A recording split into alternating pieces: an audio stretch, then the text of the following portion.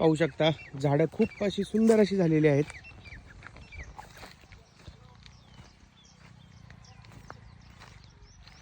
या झाडाला माल पण अजून बाकी आहे.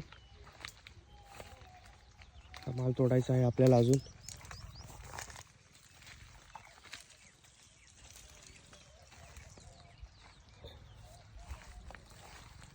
आणि आंब्याच्या बागेमध्ये आपण नारळाची पण काही झाडं लावलेली आहेत. नारळ देखील मोठे झालेले आहेत.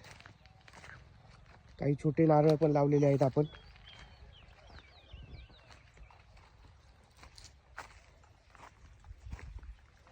पाणी चालू आहे आता झाडांना.